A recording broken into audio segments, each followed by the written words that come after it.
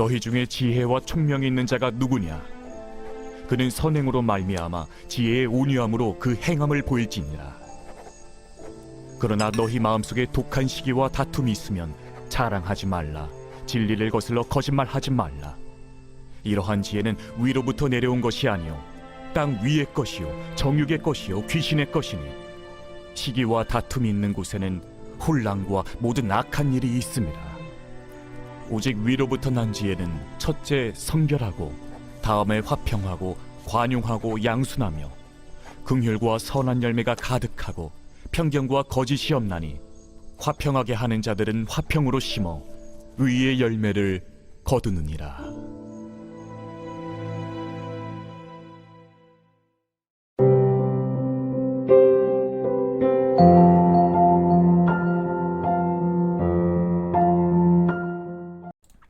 여러분 반갑습니다. 오늘도 큐트레어는 기막힌 하루입니다. 본 말씀 야고보서 3장 13절부터 18절까지의 말씀입니다. 자, 오늘 성경은 우리에게 두 가지 종류의 지혜가 있음을 가르쳐주고 있습니다. 하나는 땅의 지혜, 즉 마귀에게 속한 악한 지혜가 있고, 또 다른 하나는 하늘의 지혜, 즉 하나님께로부터 난 선한 지혜가 있습니다. 로마서 16장 19절에 보면 너희가 선한 데는 지혜롭고 악한 데 미련하기를 원하노라 라고 하죠.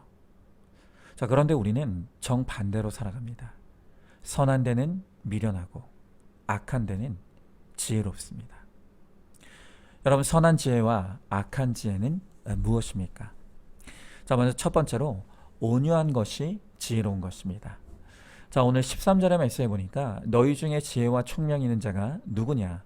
그는 선행으로 말미암아 지혜의 온유함으로 그 행함을 보일지니라 그랬습니다. 자, 오늘 성경은 온유함으로 행하는 것이 곧 지혜로운 것이다 라고 가르쳐 줍니다. 자, 온유가 무엇입니까? 우리가 흔히 온유라 함은 성품적인 온유를 생각합니다. 성격이나 말투가 부드럽고 모든 사람과 더불어 잘 지내는 사람을 온유한 사람이라고 생각하죠.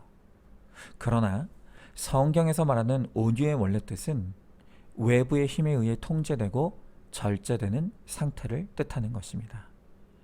예를 들어서 길들여지지 않았던 야생마가 조련사에게 수개월 동안 훈련받아 먹이 앞에서도 조련사의 명령이 있기까지 얌전히 있고, 뛰라면 뛰고 멈추라고 하면 멈추는 바로 그런 상태를 성경은 온유하다고 표현하는 것입니다.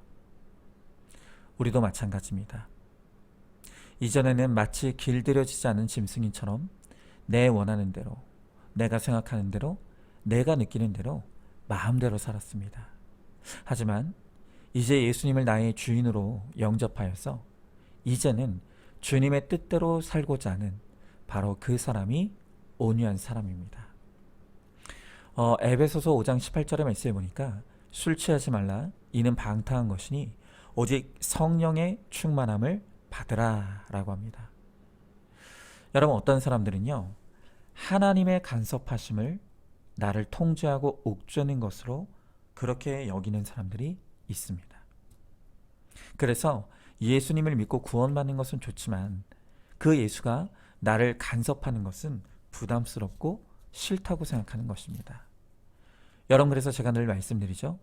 우리 신앙인들에게 구원자 예수는 인기가 많습니다.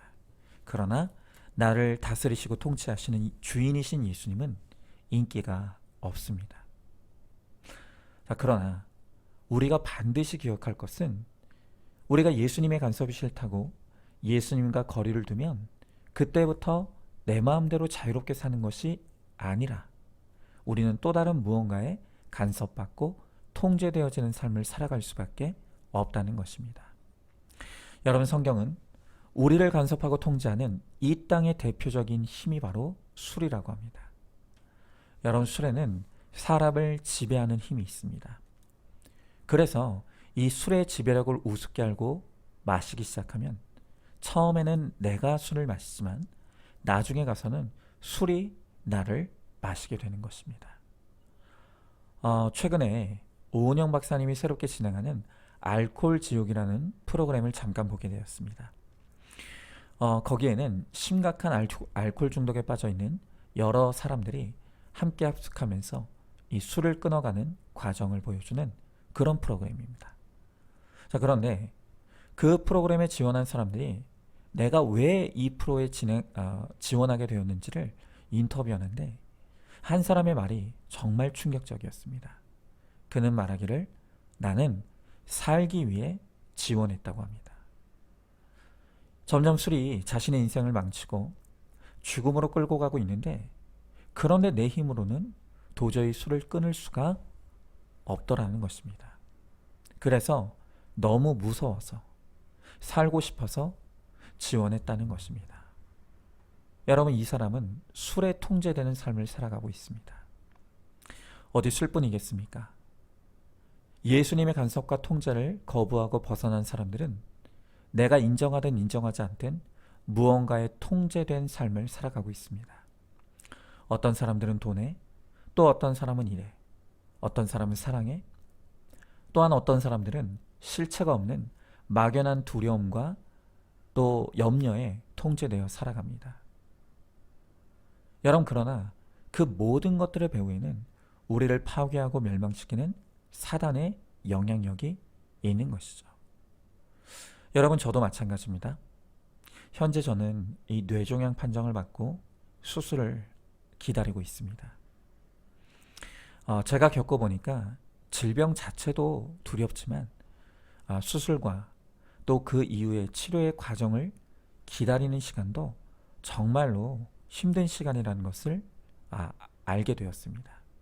자, 그런데 만약 이때 제가 하나님의 통제와 간섭 안에 있지 않다면 저는 틀림없이 두려움과 염려 혹은 자기 연민에 사로잡히고 통제되고 말았을 것입니다. 그리고 아마 깊은 우울증에 빠져들었을지도 모릅니다. 자, 그러나 제가 매일의 큐티와 예배를 통해 성령 충만, 말씀 충만에 사로잡혀 있기에 하루에도 수시로 제 마음의 문을 염려와 두려움이 찾아와 놓고 하지만 제 마음을 빼앗지는 못하고 있습니다. 그 대신 늘 그리스도의 평강이 저를 붙들어주고 있습니다. 그래서 이 기다림의 시간 가운데서도 저는 잘 자고 잘 먹고 또 전과 같이 여전한 방식으로 제게 맡겨진 사역들을 감당해 나가고 있습니다. 여러분, 바로 이런 이유로 성경은 성령의 충만을 받으라고 강권하는 것입니다. 여러분, 성령 충만이라는 것은 우리가 성령의 통제를 받는 것입니다. 그리고 성령 충만은 곧 말씀 충만입니다. 우리가 하나님의 말씀에 사로잡혀 말씀으로 내 죄를 회개하고 또 하나님의 뜻에 순종하는 삶을 살아갈 때에만 나를 파괴하고 죽게 하는 모든 악한 것으로부터 벗어날 수가 있는 것입니다. 여러분, 산다는 것은 무언가에 통제되어 가는 것입니다. 그런데 우리가 무엇에 통제받는 삶을 살아갈 것인가는 전적인 우리의 선택이라는 것입니다. 여러분, 예수님을 나의 통치자로 믿고 영접하시기 바랍니다. 성령 충만, 말씀 충만으로 내 영과 육을 하나님께 맡겨드리시길 원합니다. 그러면 주님께서 우리를 생명과 평안으로 또 구원과 거룩으로 인도해 주실 것입니다. 자, 한번 질문해 봅니다. 나를 가장 강하게 통제하고 있는 죄와 중독은 무엇입니까? 성령 충만, 말씀 충만이 나를 사탄의 영향력으로부터 벗어나게 한다는 것을 알고 있습니까? 여전한 방식의 큐티와 예배 그리고 목장이 나의 영육을 생명과 평안으로 지켜줄 것을 믿으시기 바랍니다.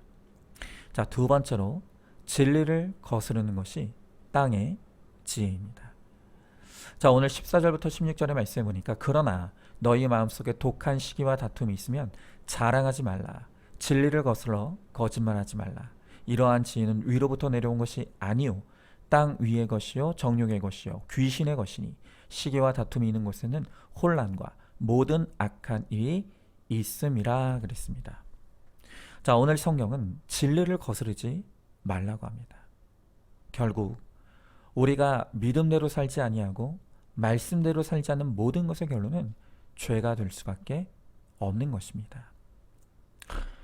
어느 감옥에 죄수 한 명이 들어왔습니다. 그의 죄명은 절도였습니다. 교도관이 며칠 이 죄수를 살펴보니 참 성실하고 착한 사람이었습니다. 하지만 그는 글을 읽고 쓸 줄을 몰랐습니다. 배운 게 없어서 절도범이 되었나 보다. 그렇게 생각하니 불쌍한 마음이 들었습니다. 그래서 이 교도관은 틈나는 대로 그에게 글을 가르쳐 주었습니다. 이제 죄수가 출소할 때 교관은 이렇게 말합니다. 자, 이제 글도 배웠으니 다시는 감옥에 들어오면 안 된다. 이제 밖에서 만나자. 그를 격려했습니다. 그런데요. 얼마 후에 그가 또 죄를 지어서 감옥에 들어왔습니다. 그래서 교도관은 이 사람이 또 물건을 훔쳤구나. 그렇게 생각했는데 이번에 그의 죄목은 놀랍게도 공문서 위조였습니다. 기가 막히죠. 여러분, 그렇습니다. 인간이 100% 죄인이기에 못 배우면 무식하게 죄를 짓고 배우면 교묘하게 죄를 짓습니다. 또 가난한 사람은 돈을 가지려고 죄를 짓고 부자는 돈을 더 가지려고 죄를 짓습니다. 또 아프면 생각으로 죄를 짓고 건강하면 몸으로 죄를 짓습니다. 여러분, 이렇게 인간은 그냥 내버려 두면 오늘 말씀처럼 시기와 다툼과 거짓말로 또 육신의 정욕으로 죄를 지으며 살아갈 수밖에 없는, 그래서 지옥에 갈 수밖에 없는 운명인 것입니다. 그래서 칼빈의 5대 강령 중 하나가 바로 전적 부패입니다. 인간은 머리끝부터 발끝까지 겉과 속이 모두 전적으로 부패한 100% 죄인이라는 것입니다. 그런데 인간의 부패의 절정은 자신이 이렇게 뿌리부터 악한 죄인임에도 불구하고 자신이 죄인이라는 것을 인정하지도 아니하고 회개하지도 않는다는 것입니다. 여러분, 제가 크리스마스 설교 때도 말씀드렸지 않습니까? 지옥은요, 죄 지은 사람이 가는 곳이 아닙니다. 아니, 인간이 다 죄인인데 죄 때문에 지옥에 간다면 우리 중에 지옥에 안 갈 사람이 누가 있겠습니까? 여러분, 지옥은요, 죄 지은 사람이 가는 것이 아니라 죄를 지었음에도 회개하지 않는 사람이 가는 곳이 지옥입니다. 끝까지 자기 변명과 합리화로 회개를 거부하고 길과 진리와 생명 되시는 예수님이 내미시는 은혜와 용서의 손길을 거부하는 사람이 지옥에 가는 것입니다. 여러분, 그래서 하나님 보실 때 가장 악한 사람은 바로 끝까지 회개하지 않는 사람입니다. 여러분, 반대로 가장 지혜로운 사람은 결국 어떤 사람이겠습니까? 그것은 바로 말씀으로 내가 100% 죄인임을 깨닫고 회개하는 사람, 바로 그 사람이 가장 지혜로운 사람입니다. 자, 한번 질문해 봅니다. 예수가 없으면 내가 자랑하는 모든 것이 죄의 도구가 된다는 것을 알고 있습니까? 이 세상에서 가장 어리석은 사람은 회개하지 않는 사람이라는 것을 깨닫습니까?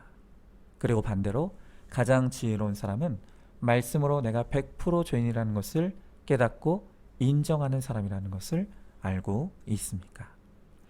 자, 세 번째로 화평케 하는 것이 지혜로운 것입니다.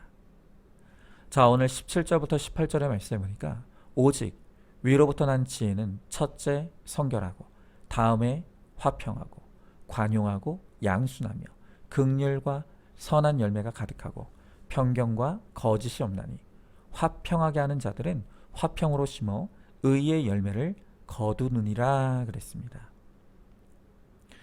여러분, 또다시 오늘 성경은 하늘의 지혜를 가르쳐 주면서 그 중에 가장 중요한 것으로 꼽는 것이 바로 화평한 것이라고 말합니다. 그리고 화평하게 하는 자들은 의의 열매를 거둔다는 것이죠. 여러분, 이 화평이라는 단어는 성경에 무려 400번이 등장합니다. 그만큼 성경은 화평을 중요시합니다. 이 화평케 하는 자가 하나님의 아들이라 일컬음을 받게 된다고 했는데, 하나님과의 평화가 이루어지고 내 속의 평화가 이루어졌을 때 이웃과 화평하게 되고 바로 그 일을 통해서 세상 가운데 하나님의 자녀임을 증거하게 되기 때문입니다. 하나님의 아들이신 예수 그리스도가 나를 위해 죽어주심으로 하나님과 나 사이에 화목제물이 되어주셨다면 이제 우리도 남을 위한 화목제물이 되어야 하는 것입니다. 수동적으로 평화를 유지하는 것이 아니라 적극적으로 화평하게 하는 자가 되어서 갈등과 다툼과 또 원망의 자리에 들어가 화목의 제물의 역할을 해야 합니다. 자, 그러나 우리가 늘 강조하지만 이 화평을 이야기할 때 우리가 중요하게 생각해야 될 것은 진짜 화평과 가짜 화평이 있다는 것을 우리가 분별하는 것이 중요한 것입니다. 자, 여러분, 무조건적으로 상대방의 비율을 맞추는 것은 진정한 화평이 아닙니다. 무조건 배려하고 참아주는 것이 화평이 아니라 복음을 위해서 부딪혀야 할 때도 있다는 것입니다. 오직 복음으로 이루어진 평화만이 진정한 평화인 것입니다. 여러분 생각해 보십시오. 좋은 게 좋은 거라고 주일 예배 빠지고 가족여행 간다면 여러분 그게 화평입니까? 괜히 분위기 망치지 않기 위해서 회식 자리에서 술 마시고 놀아주는 게 그게 화평이겠습니까? 여러분 그것은 눈가림에 불과하고 일시적인 평화일 뿐입니다. 그렇게 유지하는 평화는 언젠가 반드시 깨어지게 되어 있습니다. 왜냐하면 하나님과 분리된 인간, 하나님과 분리된 공동체는 무엇으로도 화목해질 수 없기 때문입니다. 여러분, 우리는 분명히 화평케 해야 합니다. 하지만 또한 인간의 화평을 깨트리는 복음을 전할 수도 있어야 합니다. 기억해야 될 것은 예수님의 모범입니다. 예수님께서 화평케 하신 방법은 하나님의 아들이심에도 자신을 낮추시고 십자가를 지신 것입니다. 십자가를 지는 순종과 헌신으로 복음을 전할 때 일시적으로는 화평을 잃어버리더라도 진정한 화평을 이룰 수 있게 될 것이기 때문입니다. 자, 한번 질문해 봅니다. 가정과 직장 내의 갈등에서 하나님을 믿는 사람으로서 인내와 섬김을 보이며 화평을 이루고 있습니까? 또 인간적인 의리나 이해타산 때문에 간에 붙었다, 쓸개에 붙었다는 비겁한 화평은 아니겠습니까? 자, 오늘도 12월 27일 보석 상자입니다. 조건 없는 감사가 모든 사람을 화목하게 합니다. 아멘. 우리 함께 기도하겠습니다. 주님, 우리 주님께서는 선한 데는 지혜롭고 악한 데는 미련하다고 말씀하십니다. 그러나 우리는 늘 정반대로 살아갑니다. 선한 데는 너무 미련하고 악한 데는 너무나 지혜롭습니다. 그래서 우리는 우리의 꾀로 살아가다가 우리의 꾀에 넘어져 절망하고 좌절하고 실패하고 낙심합니다. 주님, 이제는 더 이상 우리의 지혜를, 우리의 어리석고 악한 지혜를 의지하지 않게 하시고 오직 위로부터 오는 하나님의 지혜를 힘입고 말씀의 지혜를 힘입어서 하나님 그 말씀대로 믿고 살고 누리며 또 말씀의 적용과 순종을 이루므로 주님께서 이루시는 생명과 평안과 구원과 거룩의 복을 누리는 우리 모두가 되게 하여 주시옵소서. 믿사오며 사랑이 많으신 우리 예수님 이름 받들어 기도드리옵나이다. 아멘. 오늘도 큐티로 기막힌 하루를 살아내는 하늘가족 공동체 우리 모든 성도님 되시기를 주님의 이름으로 축복합니다.